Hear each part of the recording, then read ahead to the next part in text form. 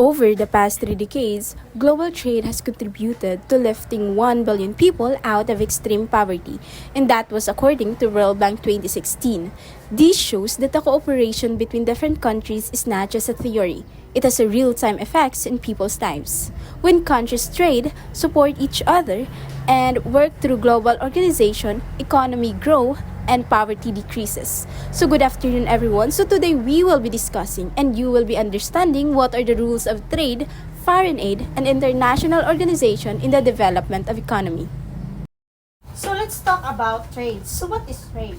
Trade is the exchange of goods and services between countries. Instead of producing everything on their own, countries focus on what they can produce efficiently and trade for the rest. According to the World Bank, trade increases productivity, raises income, and help reduce poverty. Let's say, for example, the Philippines exports electronics and agricultural products while importing oil and machinery. Because of trade, Filipinos can sell to global markets, not just to local customers. When businesses expand, they hire more workers, which increases employment and income. This is how trade supports economic development. So what is trade liberalization? Trade liberalization means reducing or removing trade barriers such as tariffs, taxes on imports, and quotas, limits on goods. The goal is to make trade easier and cheaper between countries. The World Trade Organization promotes trade liberalization to encourage global economic cooperation. When trade barriers are lowered, imported goods become more affordable and businesses can access cheaper raw materials. For example, if taxes on imported machinery are reduced, factories can buy better equipment at lower costs. This increases productivity and output. Higher productivity leads to economic development because businesses produce more goods efficiently. There are four types of trade liberalization. First is unilateral trade liberalization. Happens when one country decides on its own to reduce or remove trade barriers without asking other countries to do the same. For example, the Philippines reduced tariff on imported rice in the 1990s to increase supply and lower prices for consumers. The government did this independently to improve food availability and competition. In simple terms, unilateral liberalization can speed up development, but it requires strong domestic industries. Bilateral trade liberalizations happen when two countries agree to reduce trade barriers between them. For example, Philippines and Japan signed a trade agreement in 2006 to reduce tariff on certain goods. This allowed products to move more easily between the two countries. Multilateral trade liberalization. Multilateral trade liberalization involves three or more countries agreeing to reduce trade barriers together. Many multilateral are negotiated under the World Trade Organization. This type of liberalization creates common trade rule among many countries. It reduces uncertainty and makes international trade more predictable. And for the last one, we have the regional trade liberalization.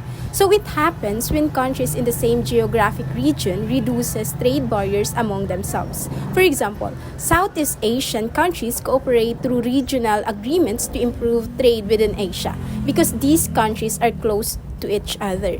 Transportation costs are lower and the trade is faster. When nearby countries trade more, small and medium businesses can expand beyond their national borders.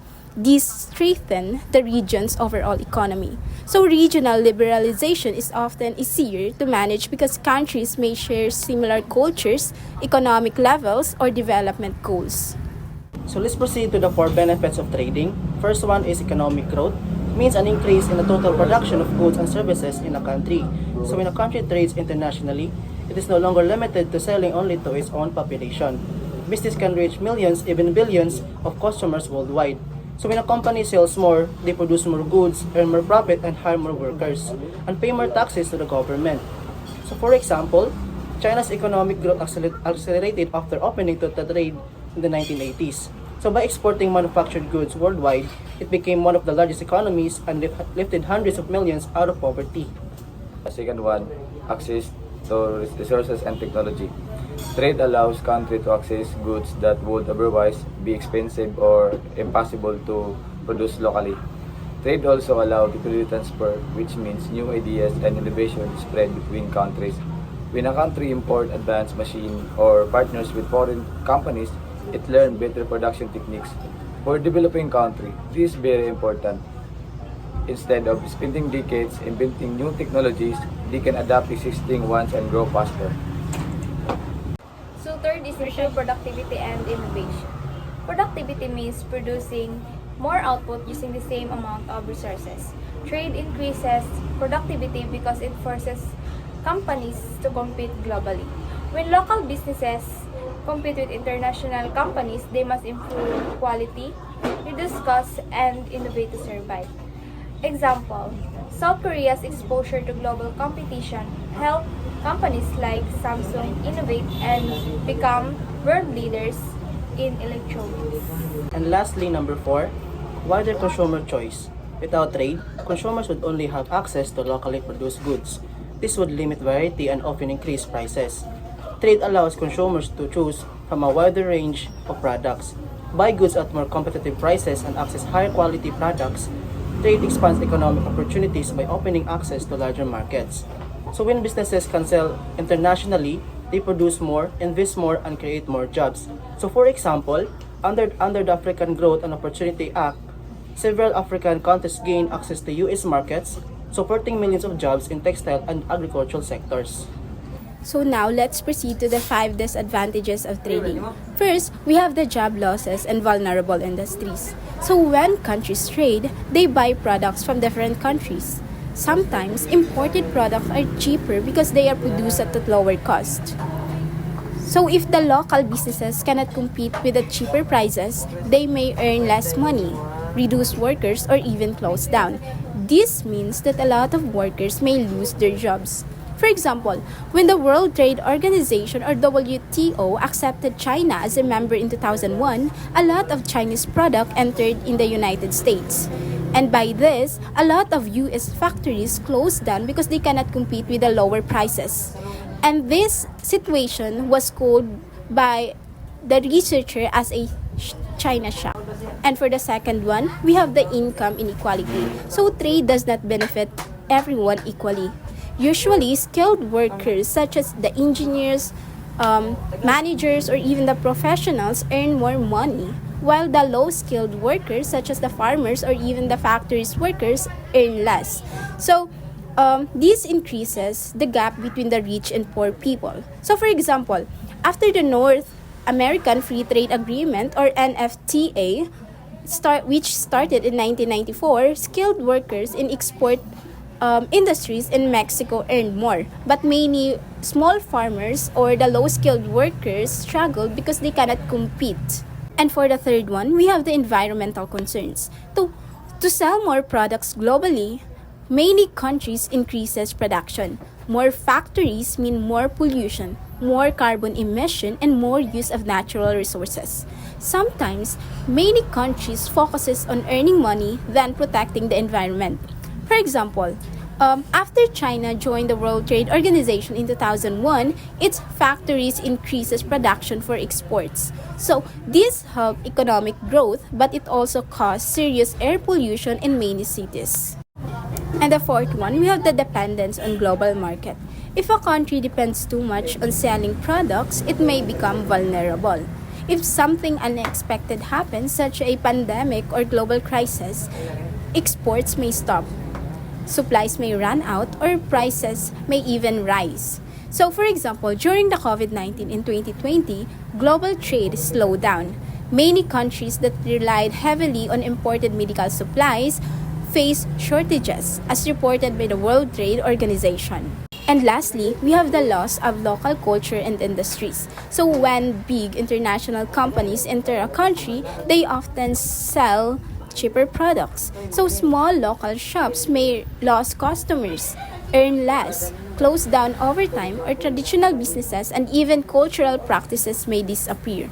For example, when large multinational companies like Walmart expand to other countries, many small local stores struggle to compete with their lower prices. So let's now proceed to the FDI, or foreign direct investment. So foreign direct investment happens when a company from one country invests in and control a business in another country.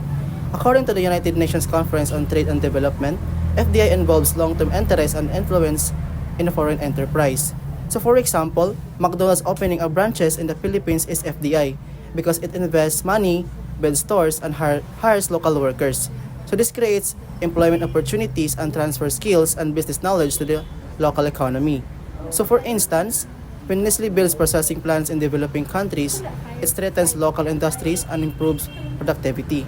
However, FDI must be regulated. If foreign companies dominate too much, local businesses may struggle. Government needs policies that maximize benefits while protecting national interests.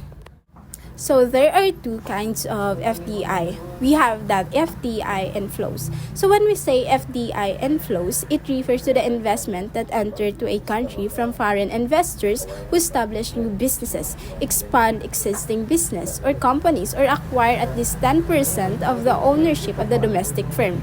So these inflows increases the host country's capital supply, generate employment opportunities, improve infrastructure, and introduce advanced technology and management practices. For example, when Toyota Motor Corporation invested in automobile manufacturing plants in Thailand, it brought foreign capital into the country, created thousands of jobs for the Thai workers, and strengthened Thailand's positions as a regional automotive production hub. And lastly, we have the foreign direct outflows or the FDI outflows. So it occurs when domestic invest in their countries by building subsidiaries, acquiring foreign firms, or expanding operations abroad. These investments allows companies to access new markets, reduce production costs, secure raw materials, and strengthen their global competitiveness. So for instance, when American multinational corporations establish production facilities in Asia or Europe, capital flows out of the United States to support overseas expansion, which is considered an example of FDI outflow. There are three types of foreign direct investment. First is horizontal FDI. Horizontal FDI happens when a company opens the same types of business in another country that it already operates in its home country. For example, McDonald's opening a restaurant in the Philippines is horizontal FDI because it is the same fast food business. This type of investment creates jobs, create competitions, and expand services in the host country. So vertical FDI or vertical foreign direct investments happens when the company invests in different stages for its production process in other country. Let's say for example, Nestle building milk processing plant in other country helps supply ingredients for its global products. This improves efficiency and lower production costs. Conglomerate FDI occurs when a company invests in a completely different industry from its main business. For example, Samsung investing in industries outside electronic is an example of diversification. This spread business risk and introduces new industries into the host country. So there are 6 advantages of FDI. First is economic growth and capital flow. Foreign direct investment promotes economic growth because it increases the amount of capital available in the host country for production, infrastructure, and business expansion. When foreign companies invest, they bring financial resources that help stimulate industrial development, increase output, and contribute to higher gross domestic product. So the second is job creation, employment opportunities. FDI creates employment opportunities because foreign firms establish factories, offices, and service centers that hire local workers. This reduces unemployment, increases household income, improves living standards, and stimulates consumer spending within the domestic economy. Third is technology and knowledge transfer. FDI introduces advanced technologies, innovative production techniques, and modern management system to the host country. For example, when Intel established semiconductor operation in Costa Rica, it transferred advanced chip manufacturing technology and managerial expertise, which improves the country's technological capacity and productivity. So the fourth one is human capital development. Foreign companies often provide training programs, workshops, and skill development initiatives to local employees. So these training opportunities enhance workers' technical skills, communication abilities, and managerial competence, which increases the overall quality and competitiveness of the country's labor force. So the fifth one is access to global market. FDI helps domestic firms integrate into global supply chains because foreign multinational corporations connect local suppliers to international markets. So for instance, when Nike invested in manufacturing operations in Vietnam, local producers gain access to global export markets, increasing foreign exchange earnings and strengthening trade participation. Finance infrastructure services.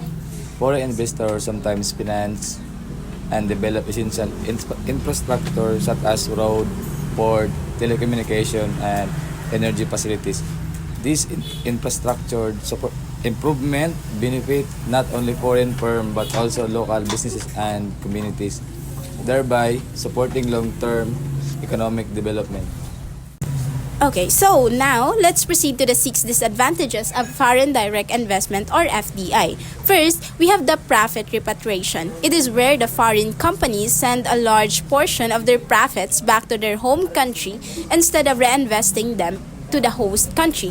So this reduces the long-term financial benefits that the host economy could gain from the investment.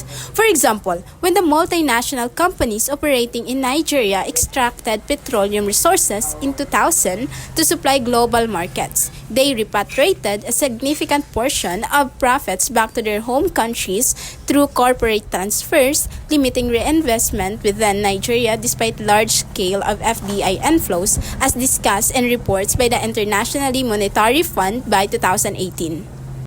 So now, for the second one, we have the displacement of local businesses. So large multinational corporations often have the greater financial resources, advanced technology, and economies of scale, which allow them to offer lower prices than small domestic firms. For example, when Walmart expanded into Mexico, many small local retailers struggled to compete, leading to closure of traditional neighborhood stores.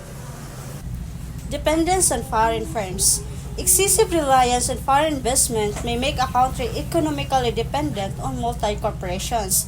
If foreign investors withdraw their investment due to economic crisis or policy changes, the host country may experience sudden unemployment, reduced exports, and financial instability. Cultural and social impacts. FDI can influence local culture and consumer behavior because multinational brands often promote standardized global products and lifestyles. For example, the global expansion of McDonald's has influenced eating habits and business practices in many countries, raising concerns about cultural homogenizations. So number 5, environmental concerns. So some foreign companies may prioritize profit over environmental protection, especially in countries with weak regulatory enforcement. This can result in pollution, deforestation, resource depletion, and long-term ecological damage that negatively affects communities and future generations. So in number 6, limited control. When foreign investors control large sectors of the economy, host governments may have limited authority over strategic industries. This can affect national sovereignty, particularly in sectors such as energy, mining, telecommunications, or infrastructure. So now, let's proceed to the international organization. So international organization, these are the groups formed by countries to cooperate in global issues like trade, finance, poverty, and economic stability. Examples include the International Monetary Fund and the World Trade Organization. So these organizations help countries in different ways. It's either providing financial assistance during crisis, offering policy advice, setting global trade rules, or even supporting development groups. For example, During the economic crisis, the IMF or the International Monetary Fund provides loans to stabilize economies. Stability is important for economic development because unstable economies discourage investment and job creation. So international organizations also help coordinate global responses to problems like financial crisis, pandemics, or even food shortages. When countries work together, economic recovery becomes faster and more organized. Key function of international organization: better financing for data production, advancing research and development in methods and tools, developing, disseminating, and implementing global standard for statistical activities, coordinating action to ensure the effective diffusion of public goods and funding activities, making data accessible and compatible with national priorities and spurring local demands. Foreign aid, often measured as official development assistance or ODA, is financial and technical support provided by rich country or international organization to promote economic development and in welfare in poorer countries. The concept of ODA was adopted by the Organization for Economic Cooperation and Development's Development Assistance Committee in 1969 and emphasizes grants or concessional loans aimed at improving health, education, and infrastructure and economic opportunities in developing nations. This aid can significantly support development outcomes but also requires coordination to ensure effectiveness and avoid dependency. So there are four types of foreign aid.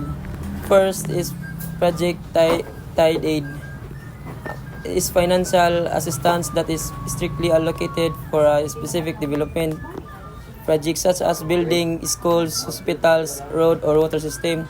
For example, the World Bank funded COVID-19 health response project in the Philippines to strengthen healthcare facilities and emergency system, ensuring that the fund will use only for approved pandemic-related project. So the second one is non-project tied aid. Non-project tied aid refers to financial assistance that is not restricted to a specific project, allowing the recipient government to decide how to allocate the funds based on urgent national priorities. For instance, the International Monetary Fund provided financial assistance to Sri Lanka during its economic crisis to stabilize its economy, giving flexibility in budget allocation. Aid is assistance provided on the condition that the recipient country must purchase goods or services from the donor country. This type of aid may limit competition and sometimes increase project costs because the recipient cannot choose cheaper suppliers from other countries. And the last one is untied aid. Untied aid is assistance given without requiring the recipient country to purchase goods or services from a donor country.